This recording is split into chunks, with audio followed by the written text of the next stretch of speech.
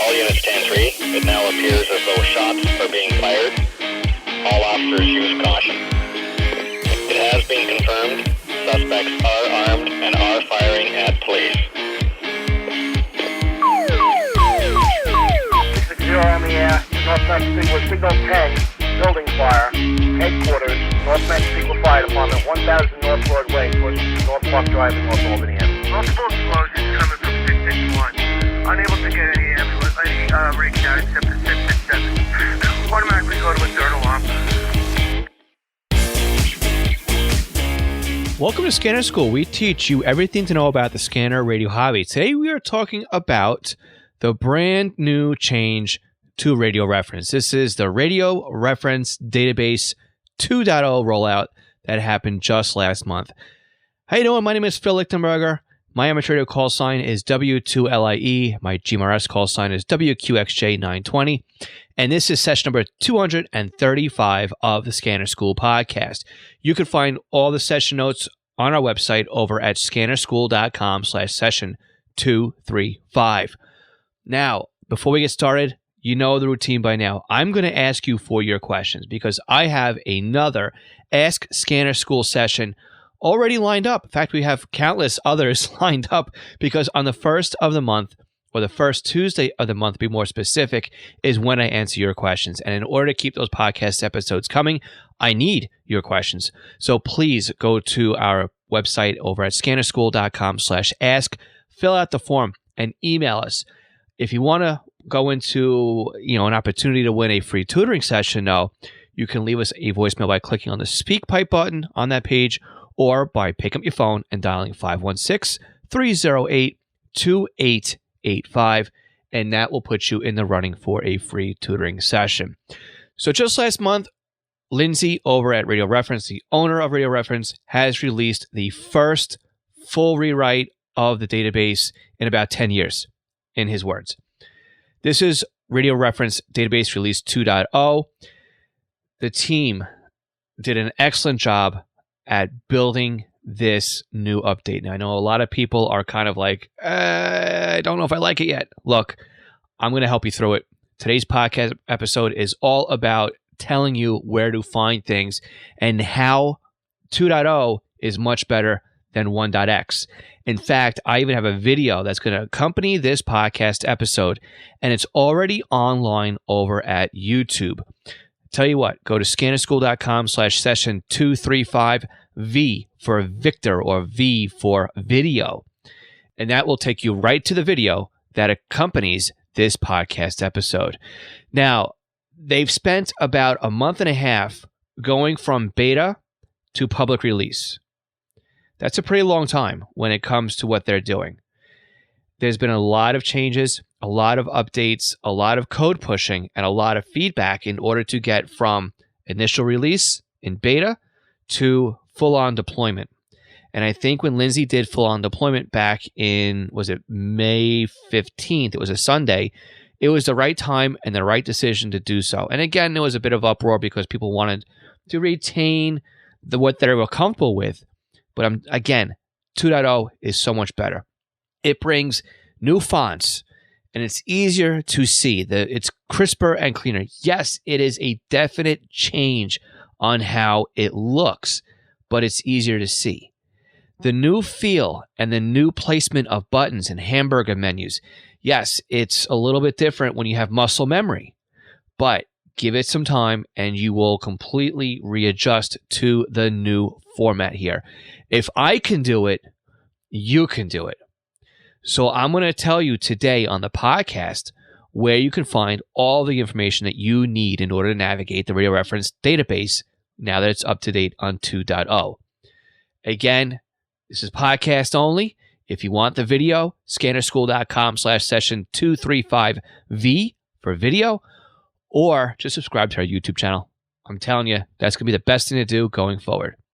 Now, before we get any further in this week's podcast, I want to take a few minutes to thank our Patreon supporters. Now, Patreon is an affordable way for you to support the podcast and our upcoming expansion into YouTube for 2022.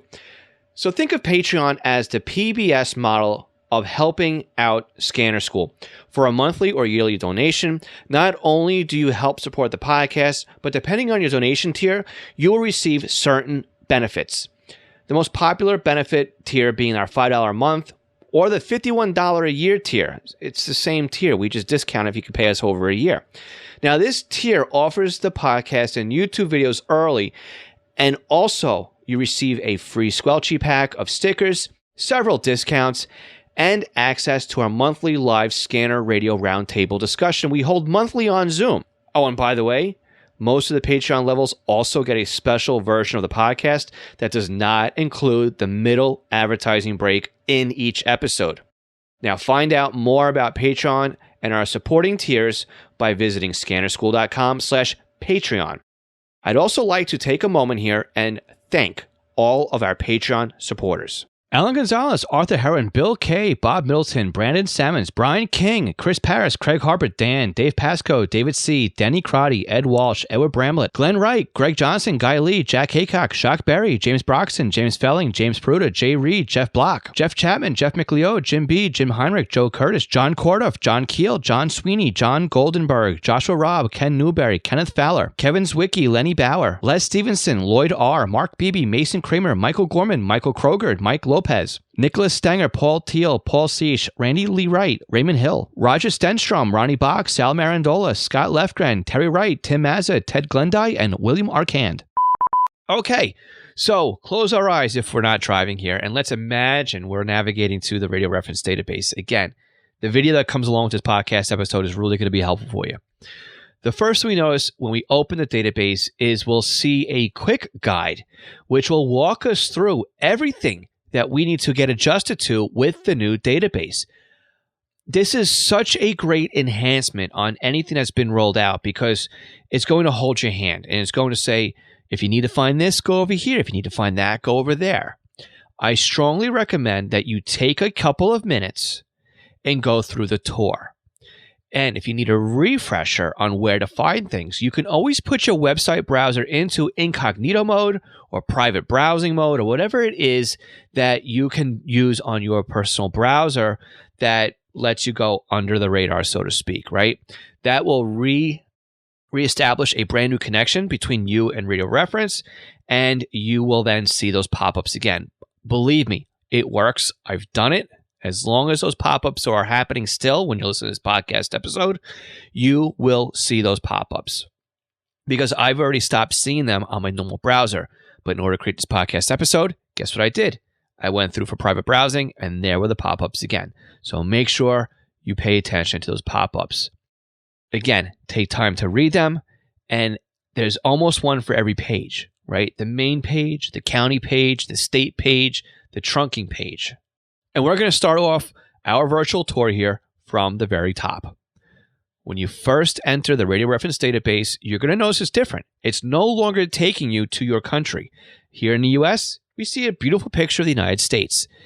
I'm hoping that the database defaults to your country if you're outside the U.S.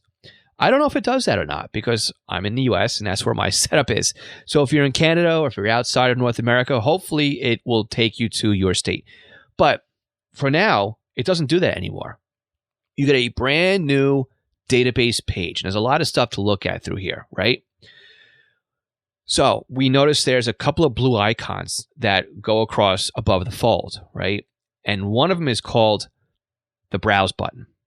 This Browse button will take us right to the old familiar Radio Reference database page. So if you're completely lost and you're already digging your heels in, just press Browse. That will reestablish you to exactly, well, more or less exactly, to a page that you are more familiar with. The navigation also has the ability to browse all data and also nationwide data over on the left sidebar. And we're going to talk about this in a little bit more detail later on in the podcast episode. Next to the Browse button in blue, there's also a Near Me button that's also in blue. This is used to find frequencies that are near you. This pulls the geolocation data from your browser's current location, and you may need to turn on location permissions to have this work correctly. On my computer, I have locations turned off, which means when I press that button, I get a nice little pop-up window that says, you've disabled this feature. But if you have it enabled, you should be able to click that button and go right to an area that is close to you. To the right of that, you've got a button called Submit Data. And this allows you to add data that you've logged personally that might be missing from RadioReference or that needs a correction to RadioReference to the database. And then you'll have a RadioReference database admin like myself accept your submission, either give you feedback on it or apply it to the database that's in production. Again, you could also use the sidebar in, I guess it's like a funny looking gray color, I guess, over on the left-hand side to submit your data as well. There's also a button called My RadioReference. Now, this is a button that is really going to be useful for those of us who have premium accounts on RadioReference. What do you do with the My RadioReference? Well, this is the ability to monitor for any changes on a local area, right? So if I wanted to put in my local county and my adjacent counties, and I want to monitor those and maybe some trunk systems for any changes, I can see those changes at a quick button press by going to My RadioReference, or I can also see those changes when I go to the main RadioReference website, the very first page of RadioReference, before you go into the database, before you go into the forums, right? The main page. The My RadioReference information is located there as well. Going back to the database, we also have a search database feature. And this is a very useful feature that allows you to quickly search the database for descriptions and categories and trunk systems and metro areas. And I've worked with a lot of people in some tutoring sessions and even through some consulting sessions, and they just seem to navigate right to that search database box. That's where they go to. And I'm telling you, don't click in there. I mean, it's very helpful, right? But really what you want to do is you want to click on the blue button that says Browse. That's going to be basically your home for what you're trying to do here. Now, we also have some more information on that main page there, such as information about RadioReference, right? There's a 30-day database trends window there that shows us the number of database changes, new opened submissions for the last week, worked submissions for the last week, and also the total number of submissions that exist in the RadioReference database. It's kind of a health report to show you what's happening here. And then even below that, too, we've got some statistics, right? The number of frequencies that are defined in the database, the number of talk groups. What's interesting, too, is the number of encrypted frequencies are there, the number of encrypted talk groups, how many trunk systems, and how many trunk sites. So if you want to see basically and keep a running record of how many encrypted frequencies and talk groups are down there to prove any particular point you're trying to prove, that's where you can do so. But we also have, again, we've got this left menu bar that's also on the main page. I know we're spending a lot of time on the main page because this is the newest thing that you see, right? So what do we see here? We see on the left-hand side, again, the ability to submit data, right? To browse data, to browse nationwide data really quick with just the push of one button here. The ability, again, to search the database. We can query the database all from here, right? Such as you can find frequencies for trunk systems, FCC data, and even amateur radio database right there on the left-hand side. One-click access to all this stuff. There's also some reports. And what do these reports do? They will show you the number of frequencies that are defined in the RadioReference database. Or you can even run a trunk system report, which will tell you how many trunking talk groups there are defined in the database, or the trunking sites. Or you can even filter out and view what kind of system and flavor you want to find, such as, do you want to find DMR Capacity Plus systems, or P25 Phase 2 systems, or Phase 1 systems, or even EDAC systems, or how many of these systems are still in the database. You can do a report and query that information right through RadioReference. And there's even a little area down at the bottom, again, which gives you a glossary. So if you need a refresher on what some of the terms are that are used, use the glossary. If you want to find out the information that could be submitted into the RadioReference database, there's a handbook link for you down there. And there's even an API, which, if you want to embed the RadioReference database on your own website or in an app, use the API access to request access and also to add that information into your own website. So what are we going to do while we're here? Well, we're going to click on Browse because That's the main area of the database and the area that we are most used to and most comfortable with. So when I click on the blue browse button, I'm greeted by a map of the United States. Again, this looks very familiar to the original Radio Reference database. We have the entire map of the US. Below that, we have a new button that says, please see nationwide frequencies in use in the country. All right, so think amateur radio or common aviation, special events like air shows and federal such as ATF, Coast Guard, right? Federal disaster, Secret Service, anything that's a nationwide use would probably be under that heading, okay? So what are we going to do here? Well, the next logical step when we're trying to find a frequency for our area is we click on the state view, right? But before we get there, there's several different things that we want to get to, right? First of all, there's a brand new hamburger menu off on the top right of the screen. And again, that also takes us over to nationwide frequencies. Again, what's the theme here? We're finding multiple different ways of getting to the same information, depending on how it is you like to navigate through things.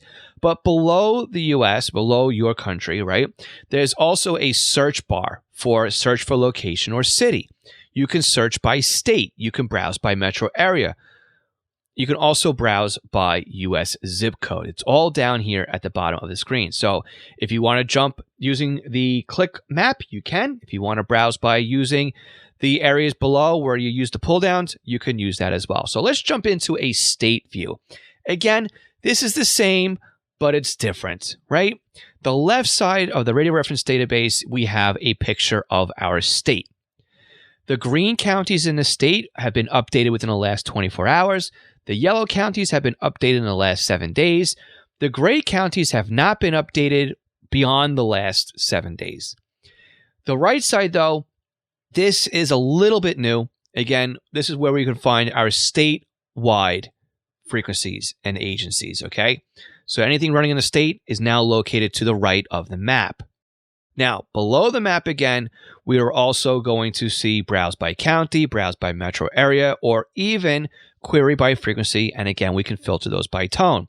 So again, the next logical step here is to jump down into the county. But before we do that, though, we have to remember there's a hamburger menu off to the top right of the screen here. And in there, we can get reports for amateur radio, trunk systems, FCC licensing. We can go right to the download section for the state. We can go to the forums for the state. We can get to the wiki for the state. And it's a link also to Broadcastify, so we can listen to live feeds from the state. Again, don't forget about these little hamburger menus, right? All right, we're going to jump now into the county. Again, to the left, we see the picture of the state with the county that we've selected highlighted. Okay? The county page comes up. Again, if you're still running through the tour, make sure you follow the tour guide.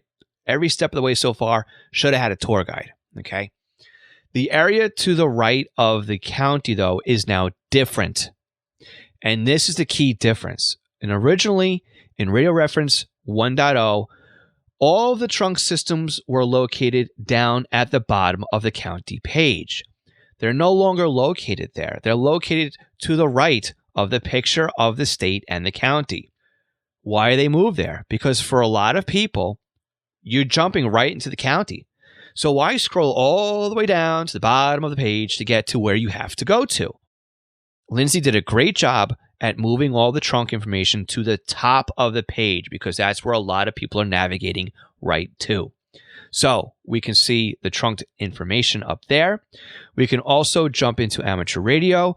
We can also jump down into each subcategory from right there at the top of the page. But if we're not going to jump through that now and we're going to scroll through, we can also see the basic structure, right? Categories, subcategories. Again, these line up perfectly again with what we see in software like Sentinel or ProScan and Butel when we do an import from Radio Reference. Again, don't forget about our hamburger menus because there's more information that we can find within these hamburgers. So here's a little fun fact or a little fun tidbit while we're still in the conventional screen on our county. If you click on an FCC license for these counties, or for these frequencies rather, it will take you to a separate web page that has the FCC information for each call sign. You can grab the FRN, you can grab the licensing name, you can find out if it's expired or not. But what's most important here is the fact that you can get a map of all the transmitter locations for the county. It's right here in the RadioReference database. And each location, too, is marked as if it were in the from the FCC. Now, if you click on one of these points on the map, you'll get more detailed information about it, such as the name of the location or the address as to where it's defined in the FCC website. And again, scrolling down gives you the frequency dump of all of the frequencies for that particular call sign. It's kind of something very interesting to see in the RadioReference database. And again, too, if you click on some of the hamburgers as well, you can even see some subcategory details, such as the radius of these subcategories. And the radius is important because each one of these can be different within the county. And when we set up geolocation services in our radios that support GPS operations, we want to really know what that range is for each one of these subcategories. Because, again, if you're listening to, say, any town, and any town is a really small town, it may only have a radius of 1 mile or 2 miles. And larger town may have a radius of 20 miles. One may override or cover the other, right? Umbrella the other. So just because you hear larger town doesn't mean you can hear any town wherever you may be traveling. So it's interesting to know the coverage of that small any town versus where you are and versus where your range setting is set to. So by diving into some of these maps in the RadioReference database will help you with your radio programming if you're using GPS programming in your scanner. Again, this is something that hasn't changed in RadioReference 2.0, but it's something that is, I think, a hidden feature of the RadioReference database. So I am pushing you to kind of explore that. All right, so we've seen a lot of stuff now through the conventional side or in our mind's eye, right? But if we click on trunk systems, this will now take us to a familiar part of the website where it had all of the trunk systems. Again, where I find this again, if you're following on the webpage and listening to us on the podcast, to the right of the county page, or to the right of the county map on the county page, there's a list of the top one should be our trunked sites in the county. We click on that and it brings up another webpage. All this information here used to be at the very bottom of the county page. It's now a separate page, so to speak, but it has all of our trunked information in here. So again, we're going to select any old trunk system in here. And of course, it brings up a very familiar page for us again. Nothing on this page has really drastically changed, except we have a couple of hamburger menus. Again, we want to take a look at those. All right, let me take a step back here. What is a hamburger menu? A hamburger menu are those three little lines. They call it a hamburger menu because it's top bun, the meat, and then bottom bun. It could be called a sandwich menu, but I've heard them called as hamburger menus, okay? So anyway, that's the three lines that are up in the corner. All right. So what we can find underneath here as well, we have downloads, we have watch, right? We have discussions, and we have changes as well, change history. Watch is basically adding it to my radio reference. Now, as we go through, again, we've got the site names. And again, if we click on a site name, it brings us over to more information about this particular site, such as its call signs, its neighbors, right? And even a map of where all of these towers are located within the site, which again is very interesting because now I am also looking at what they call the west site from a neighboring county, and it looks like it's got transmitters that go all the way to the east, but the west site is only covering the west. So there's kind of a mismatch between the FCC licensing and how it's actually set up. So that's something I'm going to flag for future entertainment value and go back and see what might need to be changed there. But again, you can look at an FCC license report or find maps about each one of these particular sites that are part of the trunk system. And again, as we scroll down, we get a typical grid of all the talk groups that are in the system, right? Decimal, hex, mode, alpha tag, description, and even the tags. Another thing I want to point out here as well is if you hover over each one of the heading, it will give you a little bit of information about what is in each column here. So a lot of things so far we discussed about, some of it's new, some of it's not new. It's just in a different place, right?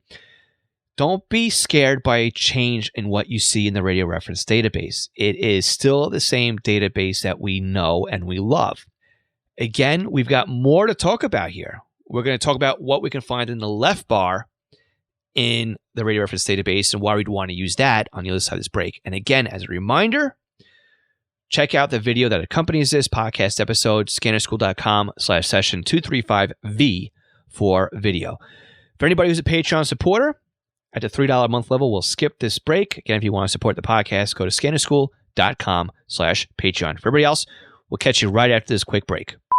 Hey, did you realize it takes us almost $100 a week just to have this podcast episode professionally edited and sent over to you? This doesn't even include website and podcast hosting, administrative help, and other monthly subscriptions that are required to put the podcast out there.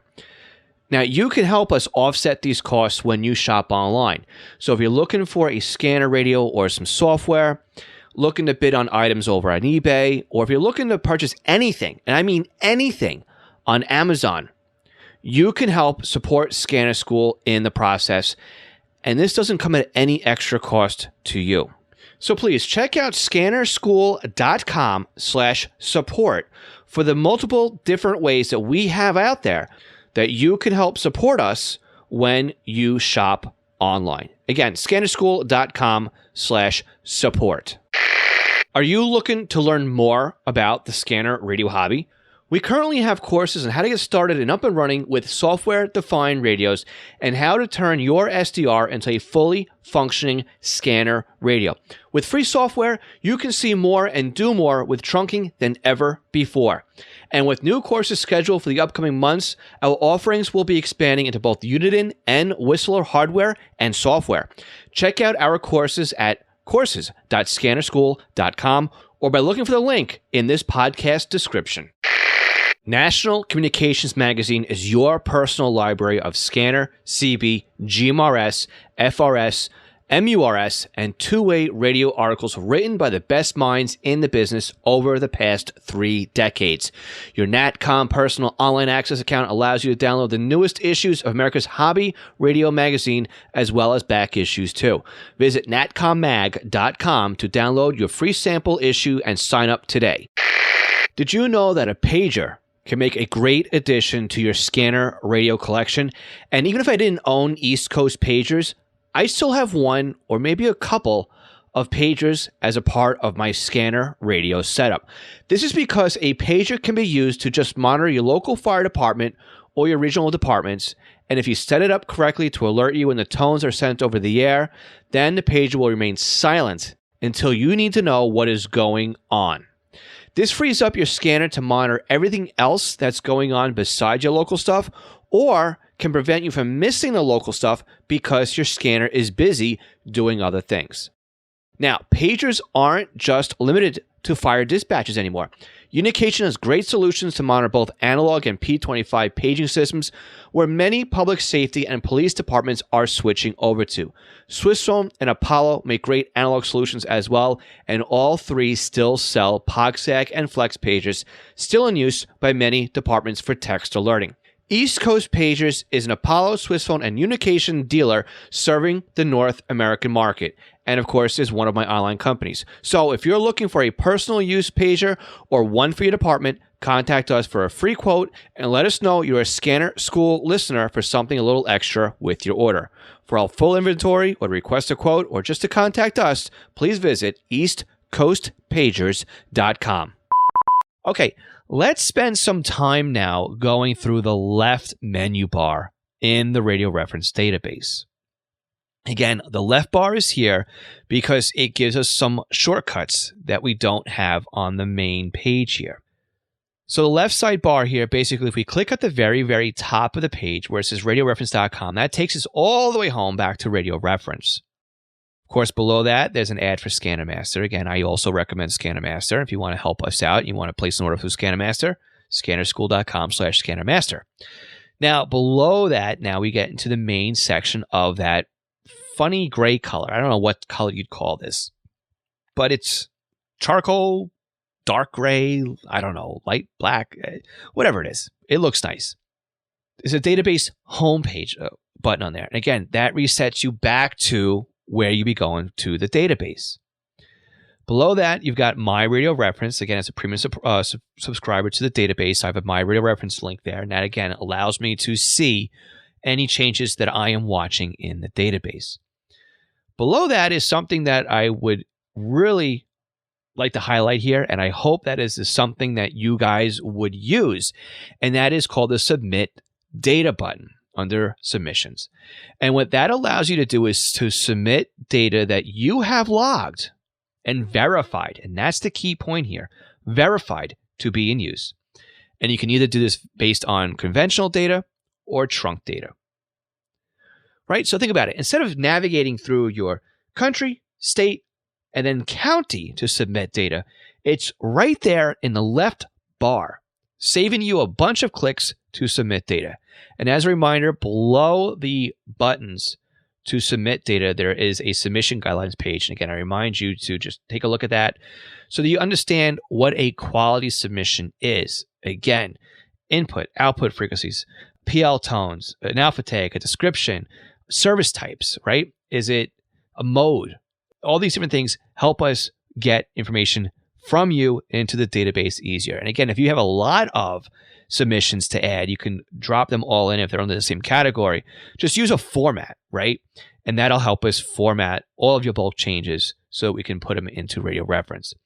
Now, also under the Submissions tab, we have My Submissions. And what is My Submissions? This shows you all of the submissions that you have made to the RadioReference database. You can see if they are worked or if they are owned by somebody, if they've been rejected. Hopefully they haven't been rejected. But yes, even yours truly has a couple of submissions that have been rejected. It happens.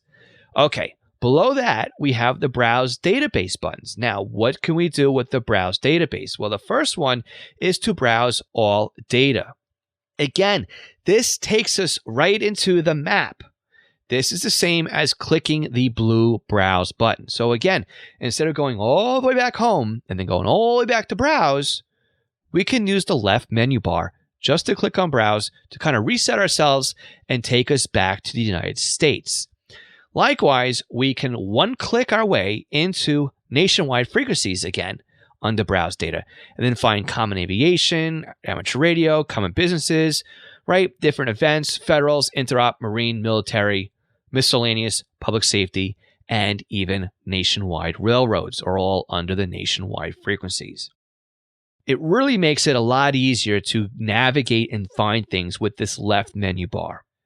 The next one below that is the Search Database. And Search Database comes up with a pop-up window, so to speak, and it asks you basically for a name or a city or a system or a description, and it will search the database for whatever it is you are trying to find. Very easy, very simple to do. Below that now, we have got our queries. Our queries, we can do frequency data, trunk system data, FCC data, and amateur radio data. So let's break down each one here. So queries based on frequency is very helpful, especially if you're chasing down an unknown frequency or you think you might have found something that's coming from out of state, because you can put in a frequency for the entire database. Say if I wanted to look up, I don't know, 453.4125, for example. I can drop that in the frequency database and find out every time that that frequency is defined in the database. I can also add a tone to that, because if I am receiving something that is coming in from Skip or whatever, and I put the tone in, I can now find out exactly where I am receiving that frequency from. Or if maybe you want to go traveling, you can just look for a frequency in a metro area and see what it might be if you're someplace new. Say I'm taking a trip to, I don't know, Las Vegas, whatever you want to call it, right? And I can just do a quick search through there if I'm actually over in California, and I can find out, oh, okay, I put my radio in search mode. I'm hearing a lot of activity on this one. Who is this? And I can quickly search by doing that as well. The trunk data is a little bit different because we can query by trunk system name, we can query by talk group, but what's really, again, interesting here is we can query by system ID. Again, this stuff is not new, the way that you can query stuff. It's just where you get to it, right? And querying by hexadecimal is nice because, again, what if you're up late at night, or what if you have a band opening and all of a sudden you're receiving a trunk control channel that you've never heard before? Is it a new control channel, or is this something that's coming in from outside of your normal listening area? Well, entering in the system ID will help you find out if this is something that is brand new because it's not in the database yet, or is it something that's normally outside of your area? And if it's something that's normally outside of your area, that can be very helpful to find out, hey, I can start grabbing these talk groups now, and maybe I can listen to this trunk system for just a little bit before the band closes again. Below that, we have our FCC data. And again, below that, meaning on the left-hand side under query, under trunk system data, the next one is FCC data. And again, this is a nice and easy way to search the FCC database. Now, again, this will also be brought into RadioReference in order to be queryable. But again, it's easier to do it this way than it is to go through the FCC ULS database. It's a lot easier to do it this way than it is to do it through the FCC website. So we can query based on call sign, FCC license name, FRN. We can look by state and frequency, or metro area and frequency. We can also find proxy searches, which is nice as well. So if I know I want to find something generically within 5 miles of my home that's registered there, I can do that through the FCC as well. Finally, under query, we have amateur radio, and this is where we can do a call sign lookup. We can look up by last name, or even find all of the registered call signs in a particular zip code.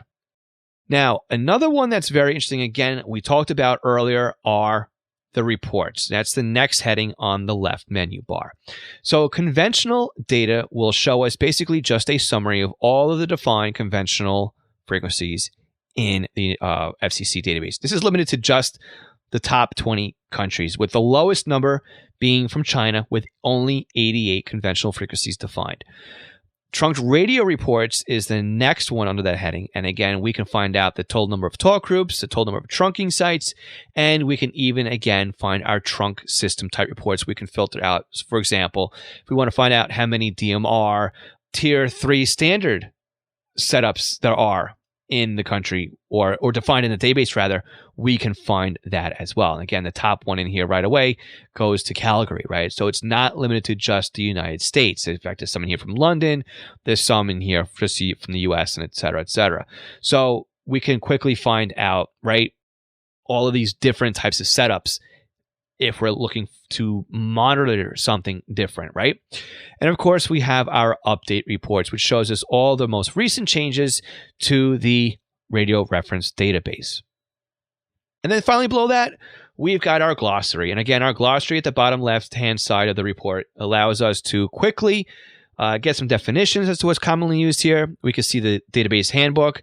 And again, we have our API, which is helpful if we have our own website or we're building an app and we want to integrate the FCC database on our own website.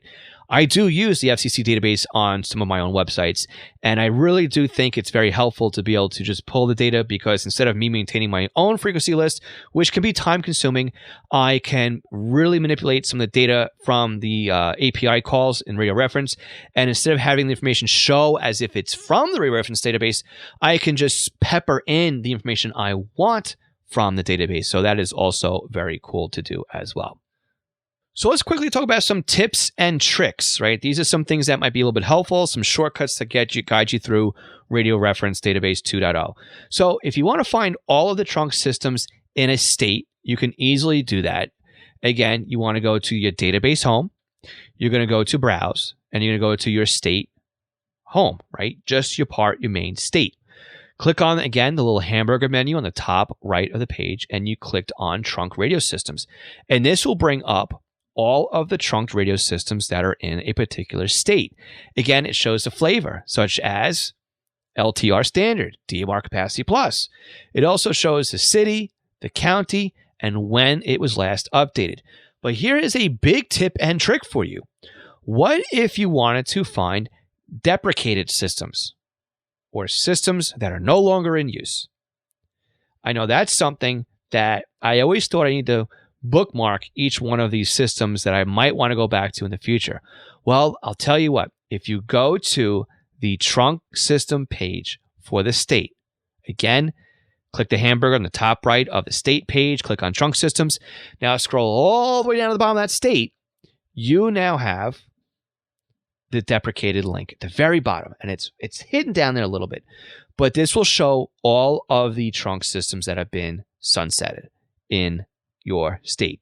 And just looking at New York, I can find we have Albany City Public Safety, American Airlines JFK, even my county's old EDAC system is in this list here, right? These are systems that are no longer in use, but are saved here for historical purposes.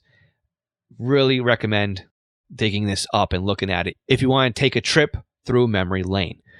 Okay, so what's another tip that I have for you?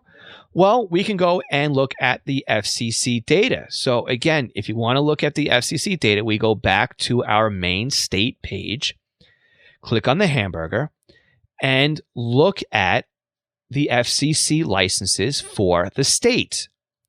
Again, you can query by license, the actual frequency, or also by licensee name. And again, below that, though, we've got the latest 250 FCC grants for the state listed there. So it's a quick way of finding new frequencies for the state. And again, I'm very surprised to see that my own county has got a huge list in here on frequencies that I was just assuming were no longer in use, but they've updated the use of those frequencies, which is good to know because, again, it shows that they're still using some of these frequencies. And I'm looking at them closer now. Yeah, this one here I know is used by the snowplows. I'm glad to see they've relicensed that frequency, which means, again, when it snows again this year, I'll be able to look at that, listen to that frequency. So we also have one last thing I want to point out here for the state, and that is the downloads. So if we go into downloads for the state, we can look at all identified files in CSV. But if we dig down to the county, right, we can do the exact same thing. We dig into the county and we click on the hamburger menu. We also can grab downloads, and we can grab a PDF now of all the frequencies for that county. We can also grab a CSV file. But again, if we dig down, for example, into the trunk system, and that's what I'm doing here, and we click on the hamburger menu, and if we click on downloads under the trunk system, we also can get the CSV file specifically for the talk groups and the frequencies for that trunk system. We can get a PDF file, but we can also get, for some systems, such as P25 systems, we can download a DSD formatted sites file and a DSD formatted talk groups data file. So in summary here, there's a lot of changes to the RadioReference database version 2.0, and I feel this is a huge improvement over the prior versions. Yes, it did take me some time to get used to using 2.0, but I have to tell you, once I started using it, I completely forgot about version 1.0, and I'm not exaggerating here. If I had to go backwards to 1.0 right now, 1.x, I think I would really miss some of the improvements, especially when it comes to navigation with what has happened in version 2.0. Now, as a reminder, some of the information we talked about today, such as the My RadioReference, requires premium access to the RadioReference database, and also pulling data out of the database with software like ProScan and Butel would also require premium accounts with RadioReference. Look, Lindsay just announced that he is removing all of the advertisement banners that showed up through RadioReference through non-premium accounts, okay? The guy is losing money on that. He's made it very clear that it's a big hit to RadioReference to turn that off, but he thought it was in everybody's best interest to do so. If you have see any value in using the database, right? volunteer to either broadcast through Broadcastify or become a Radio Reference database admin or put money on the table. $30 for a year is well worth it. I strongly suggest supporting Radio Reference. The hobby wouldn't be here without all the dedication that Lindsay and his entire team have been doing for years and years, and well over a decade now, right? So the cornerstone of the hobby deserves a lot of attention, I think. And, that's really all I can say. So if you have any questions about the new database over at RadioReference, there's a whole thread over, and it's growing every single day, on where can I find this, or any help with this, or I have feedback about that. I strongly suggest you go ahead and check that out. Again, I've got a video that's accompanying this podcast episode. You can check that out over on our YouTube channel. And if you need help with anything Scanner Radio related, don't forget I'm available for tutoring over at scannerschool.com/tutoring. Before we close out, I do need your questions for the next Ask Scanner School session, scannerschool.com/ask. And I would love your feedback on this podcast episode. Please go to scannerschool.com/discord to be a part of our own Scanner Radio community.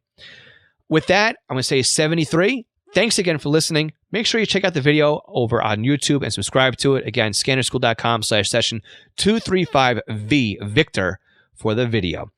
73 everyone, my name is Phil Lichtenberger, and this is Scanner School, where we teach you everything to know about the scanner radio hobby. 73.